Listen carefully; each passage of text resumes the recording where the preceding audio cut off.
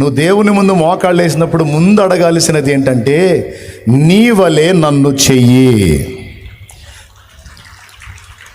నీ స్వరూపంలోనికి, నీ స్వభావంలోనికి, నీ పోలికలోనికి నన్ను మార్చు.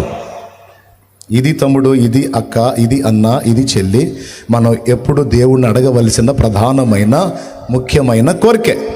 ఆయన లాంటి వ్యక్తిత్వం నేను పొందుకోవాలన్న ఆశ ఉండాలి. ఒకటి ఆశ ఉండాలి. 2 ఆయన అడగాలి, నీలాగా నన్ను మార్చు, నీ వ్యక్తిత్వం నాకు కావాలి, ఎందుకంటే అది నాకెంతో ఇష్టమైన మనసు. నీ వ్యక్తిత్వ సౌందర్యం కావాలి, నీ బుద్ధి నాకు కావాలి, నీ వలె ఉండాలి, నీలాగా బతకాలి. ఆశ ఉంది కానీ అష్టవంకరలో బతకలేకపోతున్నా. నాకు ఆ శక్తిని ఇవ్వా, నీ వలె నన్ను మార్చవా, నీ బుద్ధి నాకు ఇవ్వవా అని అడుగుతా ఉండు రోజు నువ్వు.